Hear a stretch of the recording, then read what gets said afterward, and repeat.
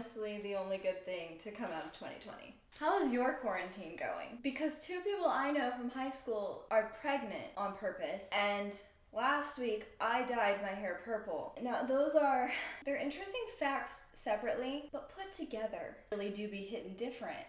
Wait a minute, hold on. We knew filming with lipstick would be a challenge. But I wanted to look a little vampiric. That's not it. Vampire-like. If you don't know what this is the long anticipated Twilight story from Edward's perspective. And it was so freaking long. 658 pages. How long was the original? Stephanie Meyer started writing Midnight Sun forever ago, and everyone was so excited about it. Some of it got leaked, and she was like, I'm not finishing it. And then she released for like that 10-year anniversary, the gender bent Twilight. And everyone was like, thank you, but that's not Midnight Sun. I had so much fun reading this. If you don't want any spoilers, it is time for you to go. But if you want to stick around, there really aren't that many spoilers because we already know the story. Okay, so Edward meets Bella, and he's like, I almost threw the whole school away. But what I thought was really interesting was when Edward first gets like a hint of Charlie's mind, he only gets like impressions. And I was wondering if Charlie is one of those people that does not have an inner monologue. I don't know if you got caught up in the sweep of internet that was so interested in the fact that some people don't have inner monologues. I wonder if that's next. One of the interesting things about this book is because we're hearing from Edward's perspective because he's a mind reader. We're hearing from a lot of people's perspectives, especially Alice, who I love. We stan Alice. She tells Edward that he needs to pull it together because Bella's gonna be her friend in the future. And the family's reaction when they realize that Edward has fallen in love with a human. Alice is like, okay, this ends 2 ways. You're gonna kill her or she's gonna be one of us. You can feel everything they're all feeling. Esme is so happy for him. So Edward decides his best course of action is to completely ignore Bella. And this whole time he feels like he's fighting this inner monster. Like there's Edward and then like the vampire part of him that he sees as very separate from himself. And part of this story was Edward kind of accepting the fact that he was a vampire, even though like it was very subtle, but him kind of eventually learning to accept the fact that he is the monster, but he isn't monstrous. I know it's because he was born in like 1910, but the way he speaks, like the way this is written, when he sees that like Eric is trying to talk to Bella and she's being nice to him. La push, baby. It's la push. Okay, I'll go if you stop saying that, okay? What if this gangly teen with his unhealthy skin was somehow pleasing to her? I felt like I was reading a period piece, but it was Twilight. We also find out why the Cullens are so rich, and it's because Alice can tell the future and she takes place in insider trading. So we have Edward every night in Bella's room watching her sleep. I'm just gonna leave that for now. We finally get the whole title thing. She is telling him not to go in her sleep, and Edward has the revelation that she is the Midnight Sun. My life was an unending, unchanging midnight. It must by necessity always be midnight for me. So how is it possible that the sun was rising now in the middle of my midnight? Poetic. He now decides that he cannot keep ignoring her and he is going to try his best to be with her and leave her human at the same time. Sweetie, it's not gonna go well. I always forget how spot on they were with the dialogue in the movies. What if I'm not a superhero? What if I'm the bad guy? And this whole time he's having a very hard time dealing with the fact that he both wants her to want him and wants her to like push him away and leave and save herself from him. And that creates a lot of repetition in this book. This book is so long. It felt like it was just a lot of the same paragraph where just every couple minutes he'd be like, I want her to stay with me and I want her to leave. As much as I enjoyed this book, because I seriously enjoyed it, I think that idea got very repetitive. I understood, like I got it the first time. Just every chapter. Every chapter. Oh my gosh, when Bella invites him to La Push. La push, baby. It's la push. And he's like, I can't go to La Push. And he's thinking about the tribe there and the one that Jacob's a part of. Perhaps they're the only thing I don't have to worry about. You sure about that, buddy? One of the scenes we all wanted to see was Edward saving Bella when she was in Port Angeles, and like how he managed to track her. Like, it was really cool to see the vampires in action, like other than just seeing the effect of like their extra abilities and stuff like that. Like, it was really interesting to see how they managed to go through those channels and how he had to stay out of the sunlight, and he eventually manages to find her and save her, and he makes Carlisle go back and sedate them and leave them at a prison. Bella admits that he dazzles her, and that's like a thing throughout the whole book. He's like, let me try it. And we got an explanation of the pomegranate. Why is it so sexy? He sort of views himself as Hades because he is dead. And he sees Bella as Persephone because if you don't know the traditional Greek mythology story, Persephone like eats a few pomegranate seeds from the underworld when she's with Hades, and that traps her in the underworld for most of the year or something like that. And it was sort of like she doomed herself. But okay, Persephone didn't have a choice. She was kidnapped. Bella is a strong, independent woman, and she can make her own choices. Okay, I just want to hit on a point where Edward says that, you know, like her number is up. He saved her so many times. He has literally admitted to stalking her. Bella, have you not watched Netflix? If a handsome stalker says your number is up, he is a serial killer. I know she had to ignore them for the sake of the story, but there's just so many red flags. He tells her that he followed her scent. If you told me this, I would be appalled. Can you please clarify that it was a good scent? Oh my gosh. Bella's like, you can't read my mind. Does that mean I'm a freak? And Edward's like, I can read minds. And I also forgot that they just like kind of casually talk about vampires at lunch. And I was like, why are we not in the forest right now? Because, the iconic scene, say it, vampire. And he's kind of like stroking her face. And all I can think of is that scene from the Mortal Instruments with the bubble. Oh my gosh, when they're in the cafeteria and Bella is looking over at the family. It's time to play. How much does Rosalie freaking hate Bella? Bella looks over at her. You bat-faced little nuisance.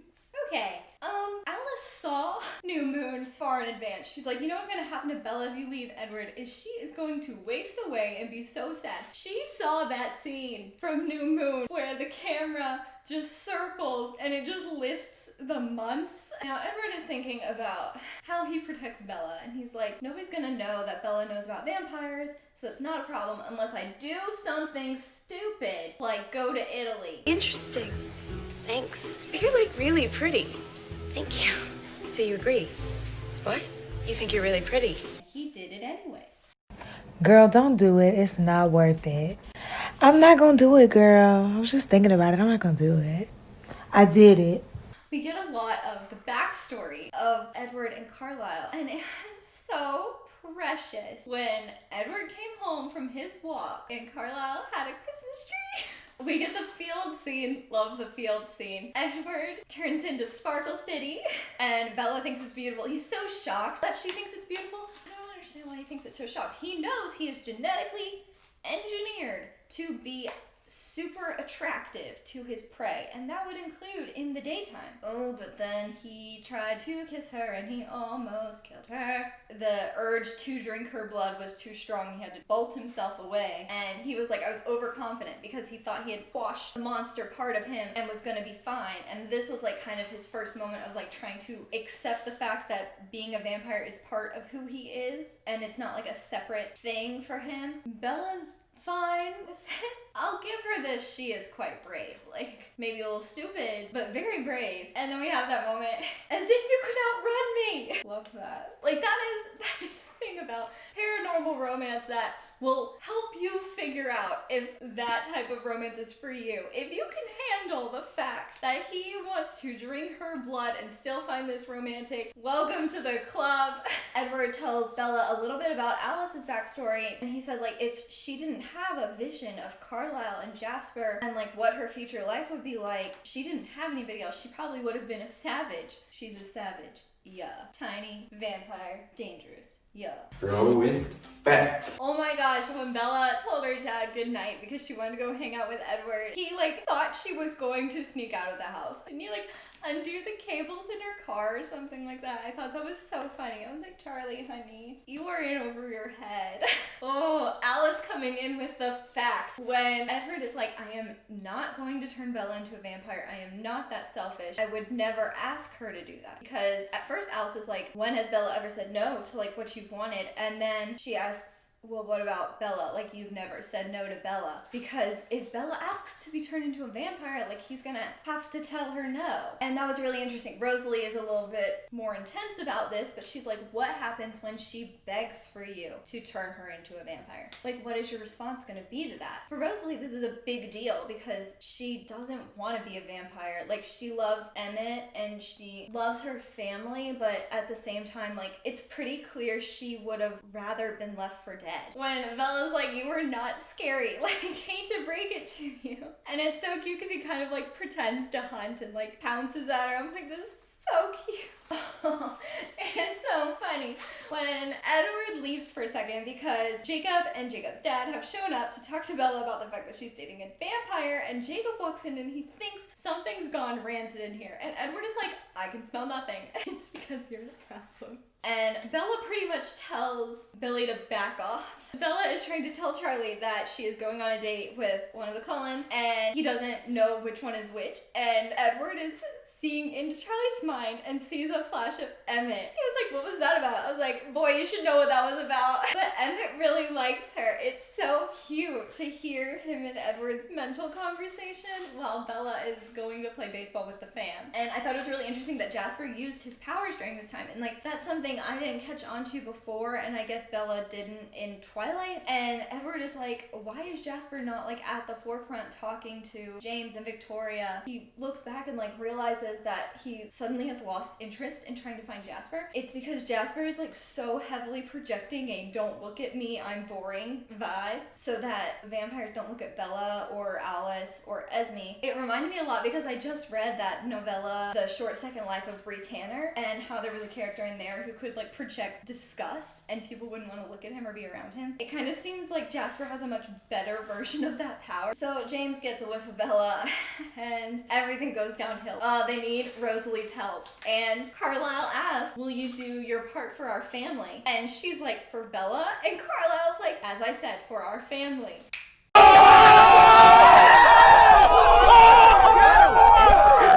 It was so cool to see how they all work together. Carlisle, Emmett, and Edward go after the tracker. Like, they would each decide a different path, and then Alice would text them, like, who got it right, like, who would find him. And that's how they would, like, continue maneuvering. It wasn't good enough because he took a private airstrip out of there. So this stuff, I was like, what on earth? Like, they were like, we can't let him get close to the water, we'll lose his scent. And then Edward's like, I didn't think about flight. Don't feel bad, buddy, because I did not think about flight either. They're off to the races, and they go, and they have to steal a car from, like, the airport. The Cullens just are so interested in cars and, like, fast cars. And all I'm picturing is, like, all the Cullens seeing this, like, super souped up engine.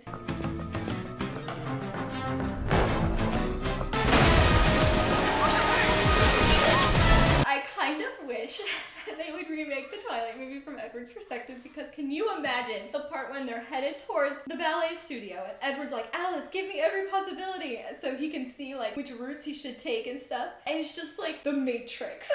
So they get there just in time for Bella to have been bitten. At first, they're like, okay, so we're gonna either kill her entirely and save her from being a vampire, or we're going to let the poison go through. And then Carlisle is like, you know, she's bitten in her hand, which is what happened to both Edward and Carlisle, and that's like so painful because it takes so long. They're like, you know, you could bite her and help this go faster. And Edward thinks that he can't do that because once he gets a taste of her blood, he's pretty sure he's gonna kill her. And then the strategy is to suck the venom out like it's a snake bite. Alice is so cool because they're trying to figure out their alibi for all of this. And Alice is running through these situations in her head. It's like she starts at the beginning and goes through, waits until she gets to a roadblock and reworks the situation until she knows exactly what she has to do. Like, at one point she needs a hotel room, but she also needs it it to look like Bella fell down the stairs. So like when she sees that the lady at the front desk is gonna give her a room on the first floor, she has to like redo it, rewind, and then in her mind she's asking for a room on the second floor and immediately gets that and then has to go upstairs, and like it's just every step of it she has to think through all of it for the whole family. And we also get to see this whole tape that James made, and I don't remember this, but James had a role in Alice's creation. Like it sounds like he was tracking her, and then someone did what Alice suggested for Bella, is like, you know, he's gonna stop tracking if she turns into a vampire. And it sounds like that's what somebody did for Alice, and that she's the only one who got away from James other than Bella now. Edward is with Bella, and Bella is freaking out because she's like, you're gonna leave. Like, I can hear you thinking through that it's safer for you to leave. And he says he won't leave, and then, but in the back of his mind, he's like, not until you're healed from this, not until you're ready. But he's telling her he's not gonna leave. You lie, sir. No. Rosalie has just decided to never help Bella again, and Edward's like, fine, she's dead to me. I mean, she is dead. Oh. Edward makes sure Bella gets all dressed up. Alice does all of her makeup, and it's super cute. And they're driving, and Bella is appalled that she's being taken to the prom because apparently she didn't figure this out beforehand. Like, how did you not know? Because I get it. She thought that she was going to be turned into a vampire and he was getting her all dressed up for the occasion. Does that sound like something he was gonna do? Jacob shows up at the dance and he's like, I cannot believe that my dad thinks that Bella's boyfriend is a vampire. This is so embarrassing. And he dances with Bella and he's like, my dad told me to bring you this message. And Bella's like, do you like anybody? Because he's at this dance, there's all these girls all dressed up and he's like, yeah, well, she's taken. Poor baby. Little Jacob. And Edward is pretty jealous because he's like, yeah, she doesn't like Jacob, but look at what he is. He's like good for her. He's like kind and he's human and he has a good heart. All these things. And I guess that's the only thing that keeps him from ripping Jacob's head off in the future. And they end up dancing at the prom. Like Jacob leaves and everything's fine. And Bella's like, I thought you were gonna change me. I didn't think we'd be here. And they kind of leave it at that stalemate at the end of Twilight where, you know, like them being together for now is enough. They're not gonna worry about her being a vampire just yet. And Bella says that she's betting on Alice because Alice has such a clear picture of Bella being a vampire. So that was Midnight Sun. I so enjoyed this. So like I had 2 different ratings on this because I think if you are a regular Twilight fan and you read this, probably like a 6.75 out of 10. But if you're like a Twihard, I would put this at a 9 out of 10 because I was just so thoroughly enjoying myself. Like I just loved being back in the Twilight universe. So fun. What did you think about hearing from Edward's perspective? Did this bring you back all the nostalgia? Please like this video if you liked it and subscribe so we can talk about more book stuff. My name's Katelyn. Thanks for watching. Bye!